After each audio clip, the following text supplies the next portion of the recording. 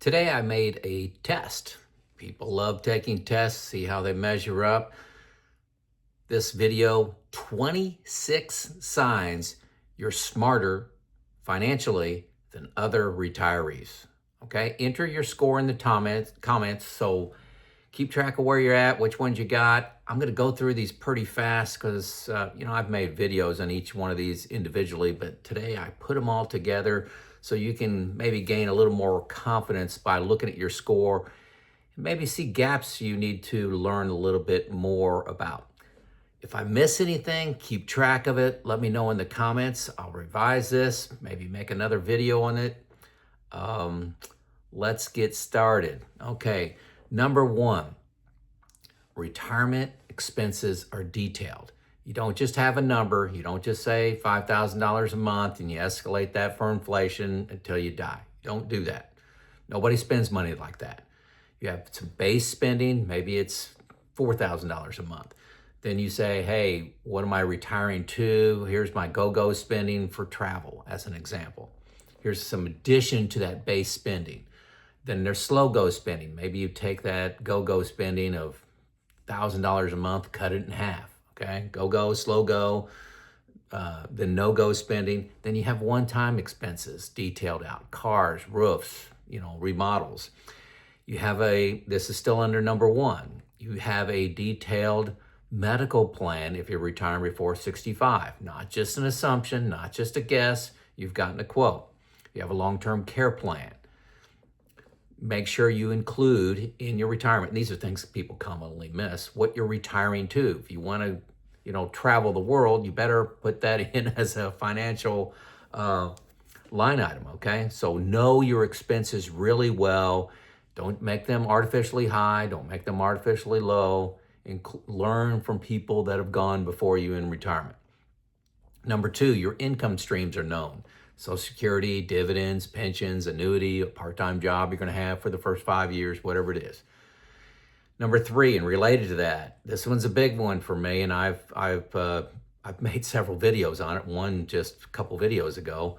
Social Security timing. When you're going to take that is a calculation. That's not an emotion. It's a calculation. Okay, this is. I'll link my video to this at the end and in the show notes. So Social Security, let's take the emotion out of that. Take the politics out of that, okay? Where should you take it? There are calculators out there, Social Security calculators. You can use comprehensive software like I use Boldin. It'll tell you when the best time to take it is, okay? Number four, your investment rates of return are realistic and they match your risk profile. Don't put in 14% return on your long-term growth. Look at history. Maybe put in slightly lower than that, but be realistic with your investment returns. A lot of people, the S&P has been returning around 10 before inflation, and then they'll invest very similarly and they'll say 6%. That's okay. That can make you work longer. So what are your realistic rates of return?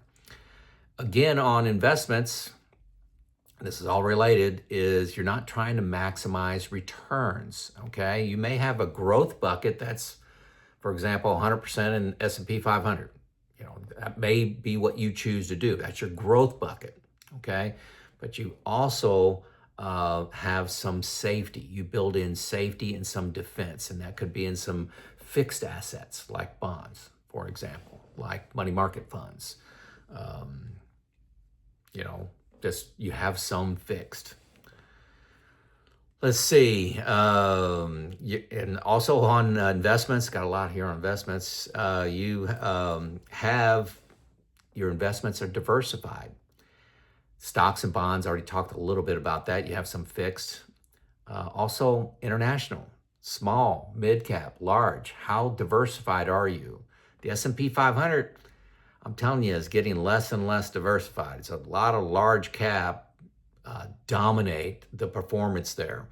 So I have, last time I looked, 17% international, which has been a dog for years, okay? But the PE ratio is pretty good right now. compared to US large caps. So I've got some of that. So I'm not trying to maximize returns. I want to get safety. I want to earn safety, structure for safety rather, but also get some growth, okay? It's not all about maximizing returns like it has been in your saving years. Last one on investments is, and this is a rule of thumb that I've heard that I like, no more than 10% in individual stocks, total individual stocks. I have zero, okay? Just not advice, but I've talked to people that had 50%, and that's pretty way too risky for me, I'll say. Number 8, you take inflation seriously. Don't make that an afterthought. That's something to study. That's not something to panic on. Don't put in 10% inflation, but look at history, and it's a powerful lever. Number 9, longevity.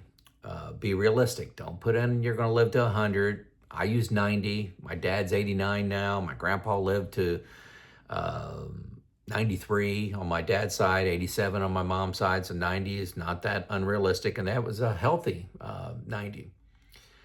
Number 10, you use spreadsheets. You've made your own.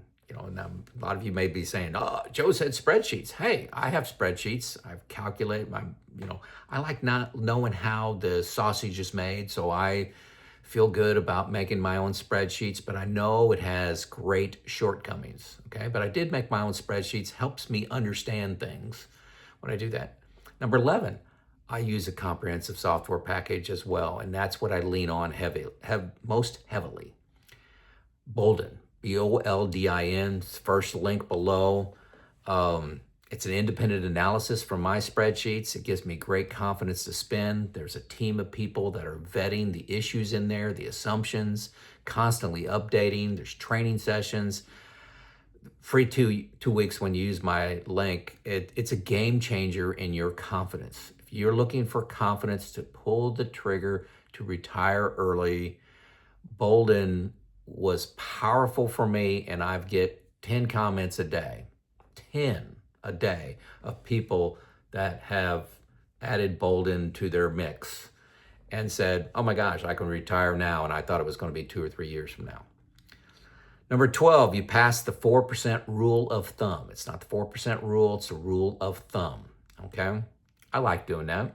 I think, understand the 4% rule.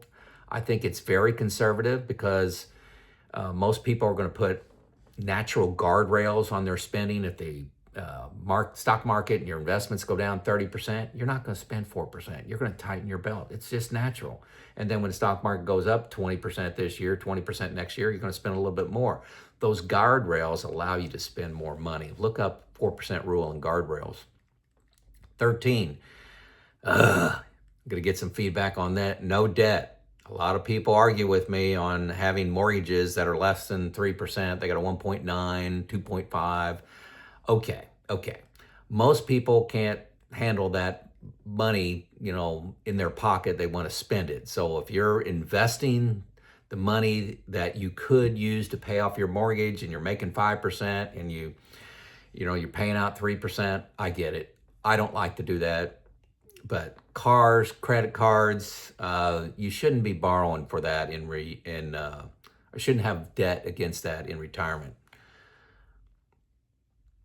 Number 14, you've got a tax plan. This number one gap I've seen with people is not having a robust, thought out tax plan. Some people think, have nothing. Some people say, I need to be doing Roth conversions, but they don't understand why they're doing Roth conversions. They do too much or too little. So do you know your taxes for what they're going to be in 25 years? Every year for the next 25 years. Do you know those? Boldin will tell you, okay? Asset location is a big deal for taxes. I got brokerage account money. I got Roth money. I got traditional IRA rather, and then cash. Number 15, then that allows me to decide where I'm pulling it from to decide to manage my taxes. Management of tax is something I never really did while I was working. It's a big deal in retirement. 15, you know the history of bear markets and how long it takes to return to new highs. Just Do a YouTube search on last 50 years, bear markets and return to new highs. Most of them are a year, 18 months, 2 years, 3 years, but they can go 6, 7, 8, 9 years. Remember the lost decade? Wasn't that long ago. Let's not forget about it. 2000 to 2010, painful time that can happen. Okay, so do you know the history? Related to that, number 16, what's your bear market plan? Are you using buckets? What kind of fixed income are you maintaining? How are you going to handle that 3, 5, 7 year, 9 year bear market? What are you going to do? Okay, know the levers. Boldin will allow you to do that too. 17, this is huge. Very big step. Review by others your errors in your assumptions. Check your ego, okay? You gotta have somebody that, no matter your expertise level on managing your finances, you gotta have somebody else look at your plan. That can be a good friend that is as dedicated and as talented as you, and is a student and a learning nature. Or you can reach out to the free folks at Money Pickle. They're like the third link below. It's a free call, free 40-minute call, any topic. You want to talk about inflation, you want to talk about timing of Social Security, you want to talk about rates of return that you have in your plan. Call them at Money Pickle. It's free. Why wouldn't you do this? Okay? Well, if you're embarrassed, I'd rather be embarrassed and of a stupid mistake and find out before I retired than have life teach me that lesson, and I may be out $200,000 because of something I refused to do everything I could to find out early. Also, and I would do both of these, there's a $300 plan review. I found this because you asked for it. $300 plan review. There's two companies in the link below. There's two links below. A company called Defining Wealth and a company called Donaldson Capital Management. Outstanding reviews. Read the comments about people that have used these services. Outstanding. I found these companies. I've worked with them to get the rate down. I've worked with them on content, and they have done 10x what I expected. I do get compensated from them. A small amount, doesn't cost you anything. They compensate me for advertising. Number 18, know these terms, and this is just a sample of them that you really need to know. So quiz yourself. Sequence of return risk, RMDs, asset allocation, asset location, basis. What is basis? A Roth IRA versus a traditional IRA. What's the benefits of one versus the other? What are bonds? How do they move in relation to stocks? Okay, what are fixed assets? What are other fixed assets besides bonds? What's ordinary income? How is that taxed? What is short-term and long-term capital gains? How are those taxed? Those are some basics you need to know. Number 19, stop comparing your net worth. Everybody's got different expenses. They live in different parts of the country. They have different plans for their retirement. It means nothing. This is one of the things I just cringe over when people compare, hey, what's the average retirement savings in the United States? Who cares? Your savings versus your expenses is all that's meaningful, okay? Stop comparing. Number 20, stop shooting for an arbitrary number for your savings. I gotta have $1 million, gotta have $1.5 million. You're not gonna care in 5 years, I'm telling you. Make your math solve. Use your spreadsheets. I recommend use Boldin. Have that externally verified through Money Pickle and a $300 plan review. Come on, $300 plan review. You're not going to get a better deal than that. I mean, you're just not. I also added number 21, stop shooting for a number of years of service, like, hey, I want to hit 35 years of service or 40 years of service or the end of a project to decide to retire. That gets you stuck in working one more year. you get stuck in that, and then you say, hey, I may have them, yeah, people just get hung up on those numbers, not the financial numbers. This is about being financially smart in retirement. Those numbers are meaningless. And I'm telling you, you won't care in 5 years. Let's see, 22, take your health seriously. Now, why is this a financial, issue? Poor health could be very expensive and ruin your plans. Your routine physicals, I've got one coming up on Thursday. I really focus on nutrition, what I eat, one ingredient foods, and I exercise. I target 6 days a week, rest one. 23, confidence to spend will be an issue. Okay, unless you got a large pension, a large Social Security, and those two combined are greater than your expenses, you're going to have a confidence to spend issue. What's your plan around that? Okay, mine quarterly, I review my expenses, I look at my buckets, can they do their job? Bucket one needs to get me through a long bear market and the return, the bull market return, back to new highs. I use Boldin and put everything in Boldin. I stress test in Boldin. I raise the expenses. I may raise the inflation if I'm a little bit concerned, see how it fails, and then see how I can make it solve. It's a real trial and error thing, and maybe it's an engineer thing, but I love playing around in Boldin. I bought Boldin for 5 years now. Do I need to make any adjustments? Okay.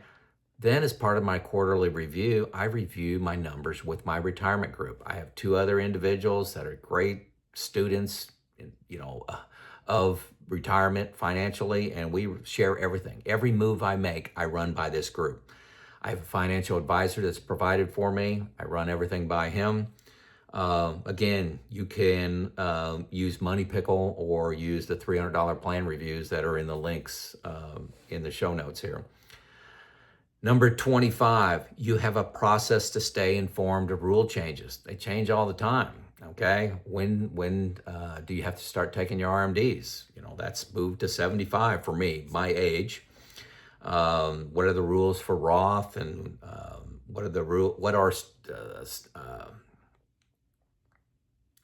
don't want to cover that one, but rules change. Taxes on Social Security could be changing, who knows? Okay, I use YouTube. YouTube is great. Specifically, Rob Berger is my go-to. Berger, all things financial and retirement. The guy is talented, but I don't just rely on one. I like to hear things from 2 different sources. Sometimes you hear things multiple times. It does help me absorb it at a deeper level. Number 25, this is a big one too. You know that your emotions cloud your judgment, and you have a plan to prevent your emotions from making you do dumb things. The market is down 10%. You wouldn't believe the number of people changing their investments right now because the market is down like, after today, maybe it's down 5% year to date, if that. And the people that are going to fixed, you wouldn't believe the comments that I get like that. What if the market goes down 20% or 30%? You've made a plan for this. Are your emotions going to overwhelm that plan? You got someone to talk to that will challenge you. I have my retirement group that says, hey, I'm thinking about selling, and I have to put together a case for them with facts. And sometimes that gets me off the ledge. Number 26, you've began to think about estate planning. Okay, now you don't have to have all the documents signed and in ink, but you begin to think about your death and your legacy, including giving and tax consequences, who gets what, and you don't burden them too much with ridiculous taxes because you mismanaged it. So what's your estate plan look like? So those are my 26 things that, hey, you get 26 out of 26, heck, you get probably you get probably 15. You're smarter than the average retiree that's out there. So you're a champ if you got in the 20s of these. You're a champ. Okay, so let me know if I missed something. Let me know in the comments. It's Joe out.